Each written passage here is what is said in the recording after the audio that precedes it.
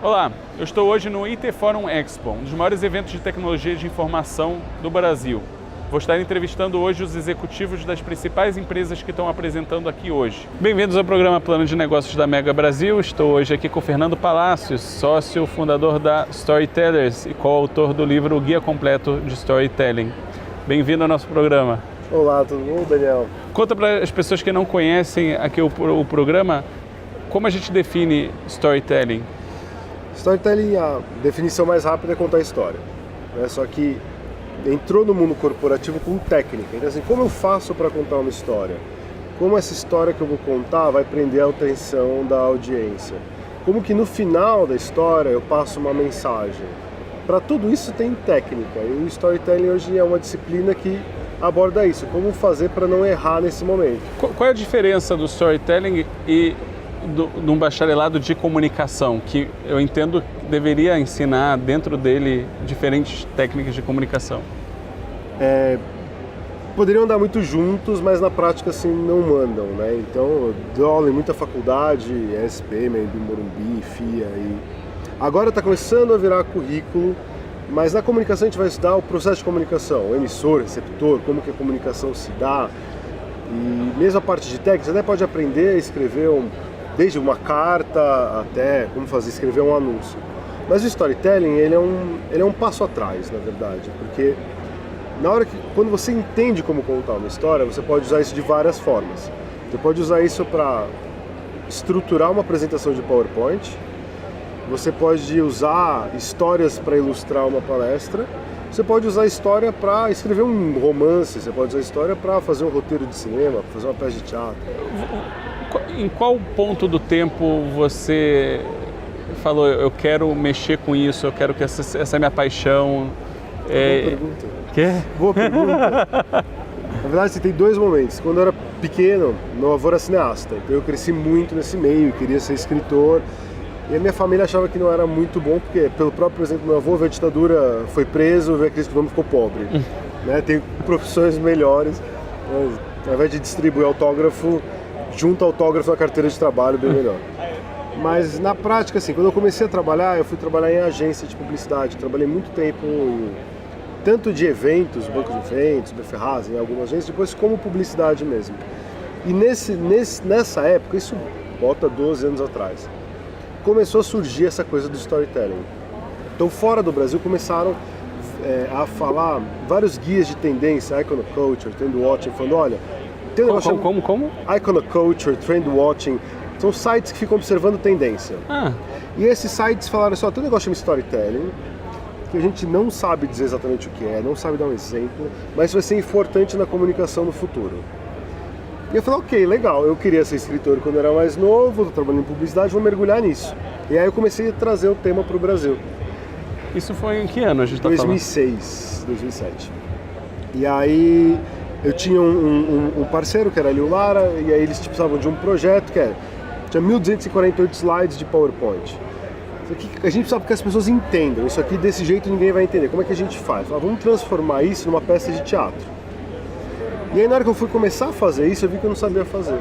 Eu achei que por eu trabalhar em publicidade, por fazer anúncio de 30 segundos, eu ia saber fazer isso. Quando eu fui fazer, eu não sabia. Uma coisa é fazer uma historinha de 30 segundos, outra coisa é contar uma história de 1h30, que tem que passar uma série de mensagens ali no meio. E aí então foi um momento que eu tive que parar um pouco, estudar, e aí eu fiz o primeiro estudo acadêmico no Brasil sobre isso. Eu li tudo que tinha sido publicado sobre storytelling no mundo, eram 64 livros, nenhum em português. E eu entendi que tinha técnica por trás. Para fazer um roteiro de cinema tem técnica, para escrever um romance literário tem técnica, para fazer um videogame tem técnica. Se você junta essas técnicas todas, o padrão entre elas é storytelling. É o que vai servir para qualquer coisa. Para escrever a letra de uma música, para contar a história de quando nasceu seu filho. Tudo isso tem a ver com o storytelling. Eu fico tentando entender quando o storytelling se formou, porque se você considera o tempo da Bíblia, que foi eu acho que é o maior best-seller sem dúvida, de todos os tempos, ele tem lá para casa de 2-3 mil anos a primeira, a Bíblia, e é cheio de histórias fantásticas. Então fala, em que momento aquilo já é feito pelo ser humano de uma forma tão natural E em que momento o storytelling começa a virar uma prática, um sistema, um método, uma técnica? Tá. É assim, o ser humano conta história desde a época das cavernas. A gente sentava ao redor da fogueira e contava história. E alguns autores defendem que, graças a isso, a gente não está mais agachado na caverna comendo carne crua. Porque se não fossem as histórias, a gente ia perder o conhecimento acumulado. Sim. As histórias eram a forma, alguém vai caçar, volta uma pessoa só, ele vai contar como ele fez para sobreviver. E aí a próxima geração não vai morrer como aquele grupo. Isso era o passado através de histórias. A gente conta história há muito tempo. Só que as histórias eram muito resumidas a dois tipos de pessoas. Normalmente quem viveu vai lá e conta, e depois o pajé começa a contar de geração em geração, ou o viajante que vai trocando histórias entre culturas. Durante milênios foi assim que as histórias se passaram. Depois começaram a surgir os autores, e, por exemplo, a peça de teatro grego, aí começam a surgir, mas antes disso já tinha os mitos, a Epopeia de Gilgamesh é um livro que é quase uma história em quadrinhos, tem 5.000 anos. E nessa história ensina como fazer a cerveja. Na primeira receita da humanidade está numa história, que é uma história em quadrinho, 5.000 anos atrás. Então isso existe na humanidade, a gente sempre está na nossa veia, está muito aprofundado no ser humano. Como técnica, Aristóteles começou a estudar, por exemplo, como fazer uma peça de teatro. E ele chegou à conclusão que tem que ter começo, meio e fim. Hoje pode parecer básico, mas quando ele descobriu isso 2.000 anos atrás, era uma sacada. Começo, meio e fim, tem 3 momentos que a história tem que ter. E às vezes a gente vai pegar como as pessoas contam história, elas não contam com começo, meio e fim. Elas se perdem. Começa pelo fim, sabe? Aí começa a contar o final da piada e ninguém acha graça. Então ele entendeu que tinha começo, meio e fim. O mundo corporativo começou a olhar para isso aí muito recentemente. A gente está falando assim de 15, 20 anos no máximo para cá. Alguns autores começaram a olhar para isso. Eu vi que uma empresa multinacional como a Accenture tem Chief Storytelling Officer. Isso. Fala, cara, que função é essa? De onde veio a invenção, né? Eu fui tentando imaginar o que ele faz. Ele fica pegando todas as histórias que estão acontecendo ali e recontando para as pessoas. Porque muitas vezes o que acontece? Tem uma história muito legal que acontece com um cliente, um case. Se ninguém ficar sabendo, essa história morre. Um exemplo muito legal, antigo, não é corporativo, mas que explica isso, é a segunda era de ouro da Grécia. A primeira era de ouro foi a era dos heróis e tal. A segunda, depois que a Grécia já entrou numa crise, veio um cara que é um cego e sai contando aquelas histórias da primeira era de ouro. E aí todo mundo resgata aquilo e fala, cara, que incrível e tal, e volta a ter uma nova era de ouro. Então isso inspira as pessoas. O Chief Storytelling Officer vai fazer isso, vai pegar as grandes histórias que vão ajudar a inspirar todo mundo. Cases internos, alguma coisa legal de um funcionário, lições aprendidas, que não foi legal para não errar mais. Então ele usa as histórias como uma ferramenta realmente de didática, de capacitação e até de motivação. Então tem muito a ver com liderança. Você, Fernando, olhando um horizonte de 10 anos, onde você quer estar com essa tua habilidade? O que você quer conseguir profissionalmente falando? Olha, agora sim, eu confesso que até estou num momento meio de mudança, assim, porque muitas coisas que eu queria eu já consegui. Por exemplo, eu queria fazer todos os tipos de história. Uma peça de teatro, eu fiz um game, eu fiz uma experiência durante um evento, tudo eu consegui fazer. Isso nos últimos 10 anos eu fui conseguindo isso. Agora, cada vez mais o que eu quero é aumentar esse campo no Brasil. Então, cada vez mais formar novas pessoas nisso, ampliar esse mercado, profissionalizar muito mais, porque aí na hora que o termo começa a crescer, começa a aparecer um monte de gente que estudou alguma coisa na internet, começa a fazer, e aí começa a dar errado e fala, pô, storytelling não funciona. Então, vamos conseguir com um pouco mais de profissionalização dentro do segmento e liderar esse movimento inteiro, né? Porque quando eu trouxe o tema para o Brasil, eu não imaginei que ele fosse crescer da forma como ele cresceu e inclusive fora do Brasil, que é óbvio que aí muito no Brasil foi por esse movimento de fora. Eu acho que aí eu tenho uma responsabilidade, eu me sinto muito responsável em manter a gente não ficar para trás. Como foi a decisão de escrever o guia completo do storytelling e como aconteceu esse casamento para o livro com a Marta Terenzo? O casamento com a Marta Terenzo foi antes do livro, né? Então a gente se conheceu na SPM, ela estava dando uma aula de storytelling junto com um ex-sócio meu, e eu estava dando uma outra aula, a gente falou, vamos parar de concorrer, vamos juntar os cursos, né? E a gente juntou. E aí deu muito certo, a gente ficou sócio, e aí 2 anos depois da sociedade, que a gente tinha dado muito curso, cara, os alunos têm sempre as mesmas dúvidas, as mesmas perguntas, mas o curso da SPM é um curso caro, então nem todo mundo tem acesso a isso. A gente tem que democratizar esse conhecimento e, ao mesmo tempo, aprofundar para quem já foi aluno ter mais base. Então a gente quis fazer uma coisa mais completa possível. É um livro que ficou com 450 páginas, ele chegou a ter 900, e a gente teve que editar muito. E foi um processo de 4 anos, entre a gente fechar com a editora e ir para as prateleiras demorou 4 anos. Mas a gente quis fazer uma coisa realmente muito robusta, que ao mesmo tempo fosse muito fácil de ler, então você consegue pegar e ler e você nem vai perceber que tem 450 páginas, você vai ler muito mais rápido do que parece. Mas a gente quis fazer uma coisa que é uma fonte de informação muito segura, assim, muito certeira, para que as pessoas não se percam nesse... Você falou de escrever diferentes tipos de história. Qual é a diferença de escrever um game para escrever uma peça de teatro? Onde está o maior desafio? Onde você gostou mais? Então, cada um tem as suas características muito únicas, né? Então, por exemplo, a peça de teatro, ela é no diálogo. O tempo inteiro as coisas estão no diálogo, depende muito dos atores e dos personagens, é muito focado em personagem. Quando a gente vai para o videogame, é muito mais situação, porque o personagem é quem está jogando. Você tem que ter muitas situações e que se ramificam, porque o legal do game é ter finais diferentes. Se você tem um tipo de ação, tem um final. Se você tem outro, tem um final diferente. Então aí é muito mais trabalho, porque cada ramificação é uma história nova. Então para você fazer uma experiência de um jogo de 10 minutos, você vai ter que fazer 2, 3 horas de história. E se a pessoa for por um caminho, dá 10 minutos. Se ela no meio do caminho mudar, dá outros 10 minutos, mas já são 20 no total. Se for fazer todos os caminhos, vai dar umas 2, 3, 4, 5 horas.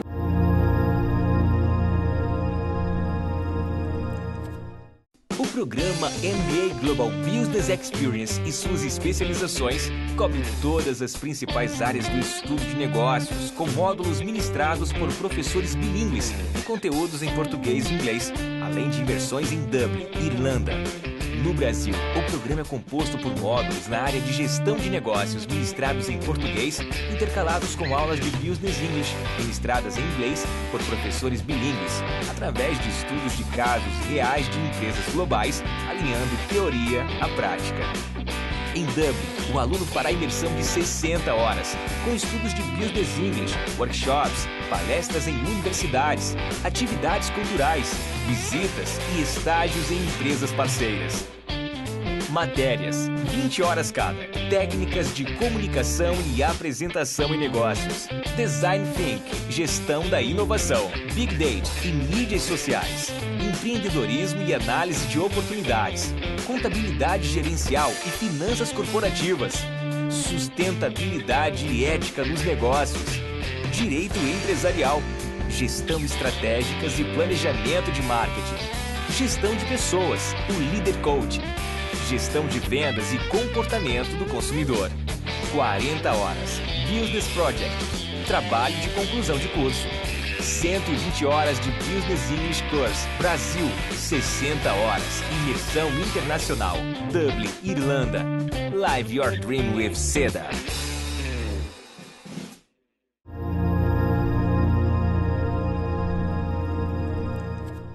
Olhando o setor corporativo, você tem um exemplo de 1, 2, 3 empresas que você fala, eles sabem usar o storytelling a seu favor? É bom. O exemplo principal é a Disney. Mas é corporativo. É uma grande corporação. É uma máquina corporativa. É uma máquina corporativa e que entende muito bem de storytelling, né? A ponto de compram uma franquia como Star Wars por 4 bilhões de dólares e no primeiro filme já tem o dinheiro de volta. Então eles sabem fazer isso muito bem. Mas quando a gente sai do entretenimento, porque o entretenimento vive disso, então é meio que obrigação do Netflix, todos eles sabem muito bem, mas é o core do negócio. Quando a gente vai para outras empresas que não tem isso como core, a gente pega, por exemplo, a Nike. Eu conversei com o pessoal da Nike, eu já dei um treinamento lá, e eles falaram assim, olha, a gente não vende sapato, não vende roupa, a gente vende história. A gente monetiza com o tênis, a gente monetiza com a camiseta, mas o que a gente está vendendo mesmo é a história do Neymar, é a história do Michael Jordan, é a história desses grandes astros, e que vão gerar uma projeção da pessoa que é o consumidor. Então, eles entenderam isso muito bem, não é por acaso que é a marca mais poderosa desse segmento. E que as pessoas não sabem que a Nike era bem menor do que a Reebok e com a estratégia deles, eles deixaram a Reebok lá para trás. Exatamente. Outro exemplo? Coca-Cola. Né, que tem várias frentes de história. É preciso ter um orçamento de Coca-Cola para usar um storytelling a seu favor? Não, é que esses orçamentos são empresas que todo mundo conhece, né? Então fica mais fácil de dar como exemplo. Mas não, tem cervejarias artesanais agora que estão se lançando no mercado e contando histórias muito legais das suas cervejas, de piratas ou duendes ou goblins, e fazendo brincadeiras muito assim, legal. Que só isso já fica mais legal, a experiência de tomar a cerveja. E às vezes contrata lá um escritor, coisa barata, mais barato do que se ele fosse contratar uma empresa para fazer a logomarca, coisa que não é importante também, mas não necessariamente tem que ser um negócio muito caro. É possível fazer, é só uma questão de encontrar essa parceria com quem consiga fazer isso. Porque aí muitas vezes a pessoa então eu vou fazer a história e ela não fica legal e aí rola uma frustração. Mas na hora que você contrata um escritor, ou um jornalista, ou um roteirista para te ajudar nisso, não necessariamente vai ficar uma coisa de outro mundo. Óbvio que quanto maior a sua ambição e quanto mais você queira que mais pessoas conheçam a história, aí tem até uma verba de mídia que tem que entrar no meio. Mas a construção do conteúdo em si não é uma coisa de outro mundo, o custo maior é em tempo, porque qualquer coisa num formato de história demora muito mais tempo. Você vai fazer uma apresentação, vai demorar o tempo da sua apresentação mais o tempo de transformar em história. Então você tem um segundo trabalho. E transformar em história é um processo trabalhoso. Construir personagem. Se você não conheceu os atalhos, o caminho das pedras, você pode levar 2, 3 meses para fazer um projeto. Conhecendo muito bem o processo, você resolve em uma semana, mas sabendo muito bem o que você está fazendo, não se perder no meio do caminho. O próprio projeto do IT Forum foi um ano de desenvolvimento, mais um segundo ano de continuidade. Então, um ano toda semana a gente se encontrando, construindo todo mundo junto, uma equipe de 10, 15 pessoas para fazer história, para fazer os personagens, para fazer tudo isso. Então é um processo que ele é trabalhoso acima de tudo. E você acha que, e talvez eu deveria perguntar isso para o IT Forum, mas olhando com a perspectiva do tempo, valeu a pena? Bom, na prática você deveria perguntar isso para o IT Forum, porque eu vou ser, obviamente, suspeito para responder isso. Mas algumas coisas ficaram muito evidentes, não é a minha opinião. Você pega pelo resultado e a opinião dos participantes. Você tem algumas curvas que sempre teve um tipo de avaliação que deu um salto. O mais claro foi a parte de cenografia. Então a empresa que faz cenografia, que é sempre a mesma empresa, que é a Zoom Brasil, eles com a história, com os elementos dos personagens, do tema, de tudo isso, o evento atingiu um outro patamar. Assim, ele ficou muito mais bonito, muito mais instigante, e isso aumentou a pontuação de 1 a 5, subiu de 3,5 para 4,5 a avaliação de cenografia. Por exemplo, se você compara a foto de um ano antes com um ano com a história, parece que é outro evento. Assim. Parece que você saiu de um evento corporativo para uma grande experiência narrativa, imersiva. Então só daí já foi muito legal. Mas teve várias outras coisas. A gente conseguiu muito mais engajamento dos participantes, porque tinha uma gamificação junto. Então além da história, quem participava entrava dentro da história e participava dentro de um game que fazia parte da história. Você não tem o medo da comoditização do storytelling? Todo mundo vai entender de storytelling, então vai ficar uma commodity, que vai virar uma coisa comum, e aí já não é especial. Não, eu acho que isso é mó legal. Se tudo virar história, é mais legal para todo mundo. Porque na hora que um professor começa a transformar a aula dele usando técnicas de storytelling, ele está passando o conteúdo dele. Ele só está usando uma técnica que é mais legal. Se todo mundo começar a usar storytelling, cada um vai ter que encontrar a sua própria forma. A história para o IT Forum, para o IT Media, não poderia ser replicado para um concorrente qualquer, porque aquela história daquela empresa, os personagens são criados em cima da história da própria história da empresa. Então a gente pegou a IT Media. Se a IT Media fosse uma pessoa como ela seria, pegou todas as características dela e daí nasceu Valentina Vogel, que é uma personagem da história. Aí o IT Forum, se o IT Forum fosse uma pessoa, nasceu um grupo que é a Ordem dos Guardiões do Tempo. Então a partir da empresa e das marcas, das pessoas é que surgiu a história. ela é única, ela não tem como ser usada por outra pessoa. Então, nesse sentido, é o contrário, é muito legal, porque a história continua sendo única. A técnica pode ser usada por mais pessoas, e quanto mais gente usar, mais legal para todo mundo, porque a experiência para quem consome a história é muito mais legal. Para nossos ouvintes ou youtubers que estejam vendo, como eles podem entrar em contato com os storytellers? Bom, tem o site storytellers.com.br, né, e lá tem mais de 500 artigos, tem tudo isso, e o próprio guia completo de storytelling, né, que você entra na Amazon ou qualquer loja online, você consegue comprar, 2, 3 dias recebe, e aí já é um bom primeiro passo para você começar. Mas além disso, se me encontrar, Fernando Palácios, LinkedIn, conversa, marca café. O importante é eu adoro história, então a gente vai sempre trocar e é basicamente isso. Eu sei que você está fazendo um projeto pessoal onde você viaja por lugares do mundo e vai contando a sua história. Como está esse projeto? Conta um pouquinho para ele antes da gente finalizar aqui. É um projeto, todo ano eu fico 3 meses viajando, né? E nesses 3 meses eu vou escrevendo um livro. E esse livro e aí entra um projeto, na verdade, até transmediático. Tem uma página no Facebook que tem um personagem do livro, eu viajo como personagem.